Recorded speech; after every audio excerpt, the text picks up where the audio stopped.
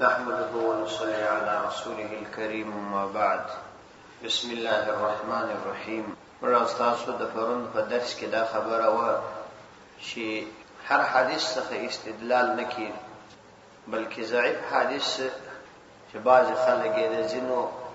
کارونو د ثبوت لپاره پیښوي چې دا حدیث خو ضعیف دی، په فضایلو کې پروا نه لري. نو موږ دا خبره ثابت کړله چې یو ضعیف حدیث هغه وخت استدلال پکېدلی شي چې دا درې شرایط ولري، چې هغه درې شرطونه مخکې تیر شو. اول دا چې دا حدیث چې ضعیف دی دا به د کتاب الله سره مخالف نه، او بل دا چې د سنت متواتره او مشهور سره به مخالف نه، او دریم دا چې په داسې مسله کې چې د امت خاص او عام او د ضرورت درلودلی خو امت بیا هم په هغه عمل نه دی کړی، نو داسې به نه. او بل دا چې د امت د سلفو ترمنځ دا مسله همیشه اختلافي راغلی، لیکن هیڅ یو هم حواله نه وي ورکړې. نو په دې ارتباط باندې هغه ټول احادیث چې د حدیثو په نامه باندې په بعضو کتابو کې منقول وي او یا موضوعي وي یا ضعیف وي، نو هغه د دغه اصول مطابق سړی منلی شي.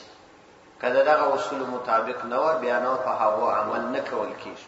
دا موږ د امام سرخسی د اصول څخه دا حواله پیش کړو، دا اول جلد 344 صفحه. نو بیا د هغه څه وروسته مدوا درې عبارت را نقل کړي و چې په یو عبارت کې امام سرخسی رحمه الله وايي چې په فی هذا النوعین په دغه دوه نوع کې من الانتقاد للحديث، د انتقاد د حدیث چې مور حدیث باید وتلو، یعنی پیغمبر علیه الصلاۃ والسلام ته خو ډیرې خبرې منسوبه شوي، نو کله چې موږ دا شرط کښې شو دی چې دغه حدیث چې خلک یې را نقل کوي په ځینو کتابو کې چې موږ دا شرطونه کښېښودل، دا تلل مو کښېښودل، نو فدې کې علم کثیر، ډېر لوی علم دی، وصیانة للدین بلیغه، او حفاظت دی دین لره کامل حفاظت دی. ولی فإن اصل البدع والهوا، ځکه اصل د بدعات او د خواهشات انما ظهر من قبیل ترک عرض الاخبار الاحادي على الكتاب والسنه المشروعه. ځکه وای اصل د بدعات او د خواهشات د همدې خبرې څخه شوی دی چې دغه خبره احاد چې یو کس یو خبره را نقل کړي دا پر کتاب الله او پر مشهور احادیث باندې نور پیش کی، یعنی پر هغه نه تلی. نو چې کله موږ دا قانون کښې دی نو په دې سره د دین حفاظت وسو او د ډیرو بدعتونو او خواهشاتو چې خلکو د ځان ایجاد کړي و د هغه مخه ونیول شو. لکه مخکې چې موږ وویل چې د بټو ګوتو مچول د اذان او اقامت په وخت کې چې کله د نبی علیه الصلاۃ والسلام نوم راشي، دا دغه یو موضوع او کمزورې خبره چې د امت د تعامل خلاف ده، او دا په شریعت کې عبادت هم د مثل څخه نه لري، نو هغه هم دغه قسمه څخه شمیرل شوی. نو اوس کچيري یو سړی فکر وکړي دا څومره بدعات او نفسانی شأن چې په دې دین کې د خلکو د خواره ایجاد شوی، اصلي سرمنشأ هم دغه ده چې هغه خبره د کتاب الله او سنت رسول صلی الله علیه وسلم او د امت د عملی تواتر سره نه لګیږي. یعنی عموما چې په خلکو کې بدعات او خواهشات ایجاد شوي دي، نو وجه یې دا ده چې یو خبره خلکو راخستی نه یې د الله تعالی پر کتاب، نه یې د الله تعالی د رسول پر صحیح احادیثو، او نه د امت پر عملی تواتر باندې پیشي، بلکې د هغو څخه سترګې پټې کړي، بس دلته او هلته چې هر ځای یو خبره ولیدل را اخلي او بیا یې دین ته منسوبوي، او بیا د الله تعالی کتاب او د الله تعالی د پیغمبر احادیث پر هغه چسپان کوي چې څنګه بس د الله تعالی د پیغمبر د احادیث څخه دا شی ثابت کی. نو بکار دا ده چې یو خبره سړی وویني هغه په یو داسې کتاب کې وي چې هغه شهرت نه لري د احادیثو،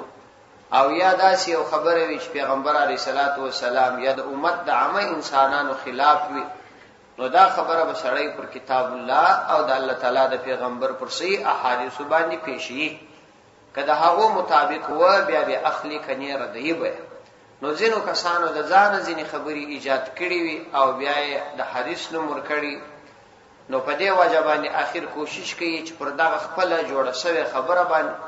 قرآن او حدیث کی تعویل وکړي او قرآن او حدیث ورته تابع کړي. چنانچه په دې ارتباط باندې امام سرخسی رحمت الله علیه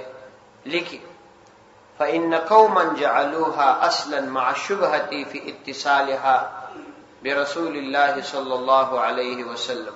ځکه یو قوم یې ډلې جعلوها ګرځولي دي دغه ضعیف روایات او د کمزوري دلائل مع الشبهة اصلا اصل، وای دوی دغه کمزوري دلائل اصل او بنیاد بللی دي مع الشبهة في اتصالها برسول الله صلى الله عليه وسلم، سره د دې چې د نبی عليه الصلاه والسلام پرې پر رسیدلو کې شبهه هم سته، ومع انها لا توجب علم اليقين، او سره د دې چې دغه ضعیف روایات علم یقین نه ثابتي. ثم تأولوا عليها الكتاب والسنه المشهوره، بیا دوی را ولاړي تعویل پر کوي علیها پر دغه روایات باندې الکتاب د کتاب او سنت المشهوره او د سنت مشهوره، یعنی دوی بیا دغه ورسته را ولاړيږي د دې ضعیف خبرې د ثبوت لپاره په کتاب الله او سنت رسول کې تعویل کې. وجعلوا التبع متبوعا، نو کوم شی چې کمزوري وي هغه اصل وګرځي. وجعلوا الاساس ما هو غیر متيقن، او وګرځي بنیاد او اساس هغه شی چې یقیني نه وي. فوقعوا في الاهواء والبدع، نو واقع فی اهواء فخواهشات کی والبدع فبدعات کی. دا د امام سرخسی رحمه الله خبره ده، اصول سرخسی صفحه 308. نو په دې کې هم دا خبره ثابت کړل چې ځینې خلک دا ضعیف کمزوري روایات راواخي او اصل او بنیاد یې وګرځي، عمل ور باندې شروع کی، او بیا دا ضعیف روایات سره د دې چې د پیغمبر علیه الصلاۃ والسلام پرې په سند کې شبهه وي او سره د دې چې په دې سره یقیني علم سړی ته نه ثابتي چې دا بخامخا وی کبنوي، نو بیا د دې د پاره چې دوی خدا د ځان د پاره وسیو قانون او عمل ګرځولې دي، وینو د قران او حدیث صحیح روایت دا تعویل کوي، په هغه کې تعویلات کوي او دا خپل خبره په ثابتي، او هغه شی چې هغه تبع او یعنی فرع او هغه اصل وګرځوي، او هغه شی چې پر هغه باندې یقین نو هغه اساس او بنیاد وګرځوي، نو په دې وجه باندې په هوا او بدعات کې واقع. دا ولا فائدہ و چې ما تاسو ته بیان کړه چې کله کله خلک د خپل بدعات د ثبوت لپاره او یا د کمزور شانو د ثبوت لپاره ضعیف روایات ته رجوع کوي. دومره فائدہ دا د کوم عمل چې بذات خود مباح یا مندوب یا مستحب، یعنی یو شی په خپل ځان کې مباح دی، روا دی، مستحب دی، شکار دی، مندوب دی، مگر که بدعت کو سره ګډ شو او یا خلق سنت وبولي، نو دغه کار پر شودل ضروری دی او دغه کار کول جائز نه دی. دا یو قاعده او قانون دی، یعنی هر کله چې یو کار په خپل ځان کې خو شوی مستحب وي یا کم از کم روا وي، لیکن کله چې بدعت کو سره ګډ شي یا خلق دا کار چې سنت نه دی سنت یې وګوري، نو د دې کار کول بیا جائز نه دی بلکې پرې شودل یې لازمي دی. په احادیثو کې او فقہ کې د دې قاعده بیخي ډېر مثالونه ذکر شوي. د هغه څخه یو مثال از تاسو ته نقل کوم چې هغه زموږ د امام ابو حنیفه رحمه الله د مذهب علماو په کتابونو کې را نقل کړي. چنانچه سجده شکر چې سړی د شکر د پاره سجده ادا کی، الله تعالی پر انسان باندې یو نعمت ولوروي، نعمت ورکی، نو بیا د هغه د پاره د سجدې ته ولاړ شي سجده وکړي. نو دا سجده شکر دا سنت عمل دی، پیغمبر علیه الصلاۃ والسلام کړی، لیکن دا په خپل ځان کې روا او مستحب کار، لیکن د مانځه څخه ورسته فورا زموږ فقهاو دا منع بلل او مکروه یې بلل. او وجه یم دا شو دلې چې بیا به جاهل خلک دا ګمان وکړي چې ګوا کې دا د مانځه څخه ورسته کول پکار دي، نو ولو که بنفسه پزان کې دا کار سيو لیکن پرې شودل ادل تلازمی دي ولی چې جهال خلق به بیا دا ګمان کوي. چنانچه عالمگیری په اول جلد صفحه 114 کې او شامی په دوهم جلد صفحه 40 کې او الدر المختار مخ کې د مسافر تل منزل لږ مخ کې دا بحث راوړي او لیکي سجده الشکر سجده د شکر مستحبه دا مستحبه ده شکر دی به یفتا فدی فتوا مرکول کیږي چې ست شکر سجده ادا کول دا مستحب او شکر دی او فتوا ورکړل شوی ده یعنی مفتا به لكنها تكره بعد الصلاه لیکن تر المانزه ورست دا مکروه لان الجهله يعتقدونها سنه او واجبه ځکه جهال او بعلم خلق بدایا سنت قبولي او واجبه یا به واجبه قبولي ځکه جهال خلق او بعلم کسان بعقیده ور باندې ولري چې دا یا سنت او یا واجبه نو بیا ورستوای وکل مباح يؤدي اليه فهو مکروه هر رواکار چې کله دغه حالت پیدا کی دغه حالت ته ورسیږي فهو مکروه دغه کار مکروه دی. نو اوس د دې ډیر داسې کارونه مشکو چې په خپل ځان کې خو بسې روا وي په خپل ځان کې به مستحب وي لیکن کله چې خلکو دومره لازمی ګڼلې دي چې د واجب درجه ور کړي او د عوام خلکو عقیده دا ګرځیدلې ده چې دغه کار کول د دین یو ډیر لوی حصہ ده او د فرض او د سنت درجه ور کړي ده نو د دې پرې شودل لازمی دي او کول جائز نه دي. ورست علامه شامی رحمت الله علیه یعنی صاحب د رد المحتار ابن عابدین هغه ورست لیکي او پر دې څه زیادت کی وای دلته چې په عبارت کې راغله چې دغه سجده مکروه ده دی وای دا څه مراد مکروه تحریمی ده یعنی مکروه تحریمی دا معنا چې حرام ته ورنږدې کار دی بلکې د حرام حکم لري دغه دا سجده شکر د مانځه څورسته فورانه کول ولی وای دا داسې یو کار دی چې په شریعت کې فقط مباح وو خو خلکو اوس د دین جز ګرځولې دي او دین یې بللې دي نو د دې استکول لازمي دي. رد المحتار جلد 2 صفحه 140 کې دا خبره دی نقل کړي چې دا اوس مکروه تحریمی ګرځیدل دا دومره فائدہ ده. دریمه فائدہ دا ده چې یو شی په خپل ځان کې مباح مستحب او مندوب دی یو شی په خپل ځان کې مباح دی یو شی په خپل ځان کې روا دی لیکن د هغه شی یو څوک دومره التزام کوي او دومره لازمی ګڼي چې قرار دغه شی د ډیر التزام څخه او د دوامدار کولو څخه دا شی دې ځای ته ورسیږي چې پرې شیدون کې ته خلک د ملامتۍ ګوته ونیسي او دغه شی د خلکو په ذهنو کې ضروری بلکې د دین د لوی شعائر څخه وشمیرل شي نو دغه فعل کول هم جائز نه دي بلکې پر ځای د مستحب کېدو ګناه او بدعت ګرځي. یو شی بذاته مستحب دی بذاته مباح یا مندوب دی لیکن د خلکو د التزام او د زیات تعلق سره درلودلو په وجه په خلکو کې درداس اندازې هغه شی رسیدلی وي چې د سنت او د واجب درجه پیدا کړي او نه کوم کې ته د ملامتۍ ګوت نیول کیږي نو دغه سکار بیا پر ځای د مستحب هغه ګناه او بدعت ګرځي. د مثال په توګه رسول الله صلی الله علیه وسلم به فالمانځ کې عموما چې کله سلام به وګرځاو راسته طرف ته بګرځي او د راسته طرف څخه به پر مقتدیانو مخره اړوي او ورسته به نور اذکار پوره کول لکه نمازګر په مانځ کې یا د سحر په مانځ کې چې امام د مانځ څخه ورسته راسته طرف ته وګرځي او د مقتدیانو ته مخ راوړي. پیغمبر علیه السلام به اکثر وخت دا کار کاوه لیکن ځینې کسان ورسته راولاړ شول دغه راسته طرف ته مخ ګرځول داسې وبلل لکه دا چې لازمی کار نو د دې په ارتباط باندې حضرت عبد الله ابن مسعود رضی الله عنه د خپل شاګردانو ته نصيحت کوي چې تاسو په خپل مانځ کې شیطان ته حصہ مور کوي تاسو په خپل مانځ کې شیطان ته حصہ مور کوي چې خامخا بس راسته طرف ته ګرځېدل لازمی بولی ځکه ما خپل رسول الله صلی الله علیه وسلم لیدلی دي چې کله کله چپه طرف ته هم راګرځېدي. چنانچه مشکات و اتیا صفحه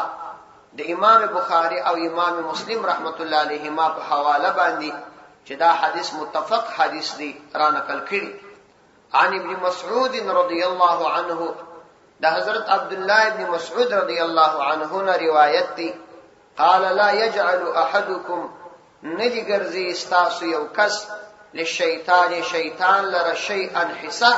من صلاته په خپل مانځ کې یرا ان حقا علیه چې دی دا عقیده لري چې دا پرده لازمی ده الله ينصرف چې دی به نه ګرځي الا عن یمینه مگر خامخا به د راسته طرفه ګرځي. کچا دا لازمی وګڼل نو دی په خپل مانځ کې شیطان ته حصا ورکړي. لقد رأيت رسول الله صلى الله عليه وسلم، یقینا ما رسول الله صلى الله عليه وسلم لیدلی دی کثیرا ډیر ځله ينصرف عن يساره کله به چپه طرف ته هم ګرځي. وسناد دغه صحابي و د خپل شاګردانو ته دا خبره کوي چې کتا سو راسته طرف ته ګرځېدل لازمي وګڼل او دسه ملازمي وګڼل چې آخر کڅوک چپه طرف ته وګرځېدي نو تاسو پر هغه باندې عیب وایاست، نو دا خپل پلمانځ کې شیطان ته حصا ورکول. معلومه سول ک یو چا یو مباح عمل او یو مستحب عمل دومره لازمي وګڼي چې هغه باقاعده یو شعار وګرځېدي او نه کوونکو ته یو قسم او بل قسم خبري شروع شوه او د خلکو عقیده دا و چې دا د ایمان علامه ده او بیل دې سړی مسلمان کېدلای نشي او یا بیل دې سړی مذهبي کېدلای نشي، نو دغه شی فرضای د دې چې مستحب او مباح وو بلکې ګناه کبیره او بدعت ګرځي. دغه حدیث څخه دا خبره بالکل واضح ښکاره ده او هر سړی په دې باندې پوهیږي. چنانچه حضرت عبد الله ابن مسعود رضی الله عنه دغه ګمان کا سړی وکي چې دا لازمي دي فلمانځ کې شیطان ته حساب، نو تاسو وايي خپل منځو کې شیطان ته حساب مور کوي. څلورمه فائدہ دا چې کله یو شی د کفارو فجارو او د بدعتیانو خلقو شعار ګرځېدلی وي او هغه شی په خپل ځان کې واجب او یا فرض نه، نو د هغه شی پرې شودل دا لازمی دي. یعنی دا څلورمه فائدہ ده چې کچیر یو شی د کافرانو یا فاجرانو او یا د بدعتیانو خلقو سره مشابهت په سړی کې پیدا کی، یعنی دا د هغو شعار وي او کته وکي نو دا د هغو سره ستا مشابهت پیدا کی، اگر چې دا شی په خپل ځان کې مستحب یا مباح او مندوب وي نو د هغه ترک لازمی دي، پرېښودل لازمی دي. ځکه چې په ډیرو احادیثو کې پیغمبر علیه الصلاۃ والسلام امت د کافرانو او فاجرانو سره د مشابهت څخه منع کړي چې تاسو به د هغوی سره مشابهت نه کوئ. پیغمبر علیه الصلاۃ والسلام تقریبا په هیڅ یو کار کې هم د کافرانو سره موافقت نه وکړي بلکې په هر کار کې د هغوی سره مخالفت کا. چنانچه پیغمبر علیه الصلاۃ والسلام فرمایي من تشبه بقوم فهو منهم، څوک چې د کوم قوم سره مشابهت کوي نو دا د هغه قوم څخه دی. مشکات شریف په صفحه 315 کې دا حدیث راخستی. نور کتابوم دا حدیث راخستی دی، مشهور حدیث. وسکچیر یو شی د بدعتیانو خلقو علامه وي او هغه په خپل ځان کې فرض واجب نه وي او ستا په دې کار د هغوی سره مشابهت راځي نو دا بنکه. د مثال په توګه زموږ څخه د باندې خارجي ملکو کې ځینې کسان داسې خلک ستا چې هغوی یو خاص قسم لنګوټې او یو خاص قسم ترتیب لري او پر مساجد یې الصلاة والسلام علیک یا رسول الله کلمې لیکلي او یا پر خپل مساجد باندې د یا محمد کلمه لیکلي. نو د یا محمد کلمه کده سړي عقیده دا نه چې پیغمبر اسلام حاضر و ناظر دی پروا نه لري، لیکن چون کې دا د یو خاص ډلې وس شعار ګرځېدلی دی، دا وی یو علامه ګرځېدلی ده او دا کار په خپل ځان کې کده سړي د عقیده نه او پروا نه درلود اوس به ته نه کوي ځکه ستا د هغوی سره مشابهت راشي. یا د مثال په توګه زرغونه لنګوټه په خپل ځان کې تړل دونه نه ومنه، لیکن اوس چې کله د یو خاص ډلې شعار ګرځېدلی دی نو ته به نه تړې ځان مجني ګورې. داسې هر هغه عمل د مثال په توګه دا نیکټایي و دا کارونه دا د یو کافرانو شعار ګرځېدلی مؤمن ته د دې تړل جایز نه دی چې دا تړي یا نور داسې شان چې د هغوی شعار وي هغه جایز نه دي البته ځینې کارونه چې پر تا فرض واجب وي که هغه پرې ایښي وه نو دا بیا ته به کوې ته په هغه عمل د مثال په توګه یهودان هم ژیرې پرېږدي نو اوس که یو سړی وایي چې زما خو بیا موافقت راځي د یهودانو سره نو زه به هم ژیره نه پرېږدم نو دا بیا منع ده ځکه ژیره پر تا باندې پرېښودل واجب دي او واجب نه پرېښودل کېږي یعنی کوم شی چې په خپل ځان کې یا مستحب یعنی ښه کار وي مندوب کار وي یا روا وي په خپل ځان کې فرض واجب نه وي که د بل چا سره مشابهت پکښې راتلی ترک اولادي بیا نه کوي د مثال په توګه تور کالی دي د دې اغوستل په شریعت کې نه دي منع لیکن کله چې په عاشورا کې په محرم کې دا د شیګانو علامه ګرځېدلې ده نو ته به نه اغوندې ته ځینې منع ولی چې دا جایز کار دی په خپل ځان کې لیکن شعار د هغو دی دا د هغوی د غم علامه ده ته منع یې نو عین د هغه رقم که چیرې ځینې خلک په ربیع الاول کې په 12مه باندې داسې کارونه کوي چې هغه د یو خاصې طبقې کار وي د یو خاصې ډلې شعار ګرځېدلي ته بیا نه کوي ولو که نفسې په دغه ورځ کې خیرات کول تا ته یا نور عبادات کول مستحب او مباح کار دی جائز کار دی ګناه نه لري لیکن ته به نه کوي چنانچې په همدې ارتباط باندې الجنه لاهل سنه دا یو ډیر مشهور کتاب دی د اهل سنت علامات یې پکښې را نقل کړي په صفحه 140 کې د دې مصنف رحمه الله څه سوال شوی سئل رضي الله عنه عن ذكر مقتل الحسين في يوم عاشوراء أيجوز أم لا؟ قال لا لأن ذلك من شعار الروافض. وإذا دت سوال دا وسو چې د حضرت حسین رضی الله عنه د شهادت د ځای په ارتباط باندې د عاشورا په ورځ باندې ذکر کول یادونه کول یعنی که یو سړی د حضرت حسین رضی الله عنه د شهادت خبري په عاشورا کې د محرم په لسمه باندې کوي او خلقو ته په دې ارتباط بیان کی ایجوز ام لا ایا دغه کار جائز دی کلا؟ قال لا ويدور تول چې دا جائز نه دی یعنی د حسین رضی الله عنه د شهادت په ارتباط خدا خبره کول په نفس په ځان کې خو نه ده ناروا روا کار دی مباح کار دی او حسین رضی الله عنه د پیغمبر علیه الصلاۃ والسلام صحابي دی د پیغمبر علیه السلام مسیح دی نو ښکاره خبره ده چې باید سړی یادونه وکړي لیکن په عاشورا کې یادونه دا جائز نه ده ولی لأن ذلك من شعار الروافض ځکه دا د شیګانو شعار دی دا به ته نه کوې ځان به ځینې ګوري نو دا بله فایده سول چې سړی به د دې څخه ځان ګوري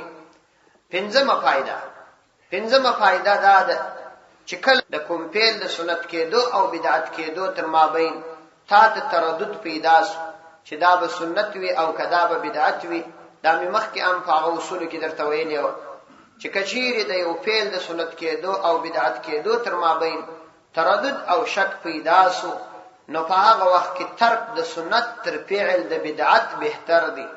ترک د سنت تر فعل د بدعت بهتر دی یعنی دا چې ته سنت پرېږدې دا ستا دپاره خیر دی تر دې چې ته په بدعت کې مبتلا یې ځکه د سنتو په پرېښودلو الله تعالی تا ته سزا نه درکوي خو د بدعت په کولو الله تعالی تا ته سزا درکوي نو دا قانون دی چنانچه بحر الرائق جلد ام صفحه 21 او رد المحتار جلد اول صفحه 642 کې لیکي اذا تردد الحكم بين سنه وبدعه کله چې حکم راوګرځي متردد سو بین سنت و بدعت فما بین کې د سنت او د بدعت کان ترک سنت راجحا نو پرېښودل د سنت دا راجح او شکار دی علی فعل بدعت پر فعل د بدعت د بدعت پر کار باندې دا شده چې ته دا سنت پرېږدې دا سنت زائد دا پرېږدې اوس د دغو فوائدو څخه او د دغه اصولو څخه چې موږ دا بیان کړل تاسو به ان شاء الله په ښه بصیرت باندې په دې موضوع باندې پوه سوي یاست چې انسان څنګه د بدعت او د سنت امتیاز کولی شي او څنګه سړی پیژندلی شي چې دا یقیني د مذهب او سنتو پابند پیر یا شیخ دی او څنګه دا د سنتو او د شریعت پابند نه دی چنانچه په دې اصول باندې سړی ته مکمله محتوا او د خپل زمانه ټول حالات کاملا معلومیږي هیڅ یو ذره تردد او شبهه بیا نه ورته پیدا کیږي نو دا زموږ او تاسو د نن ورځې بحث دی سبب ان شاء الله العزیز پر څه اصول باندې غږیږو پر بعض فروعي مسائل باندې الله دې عمل کولو توفیق را نصیب کړي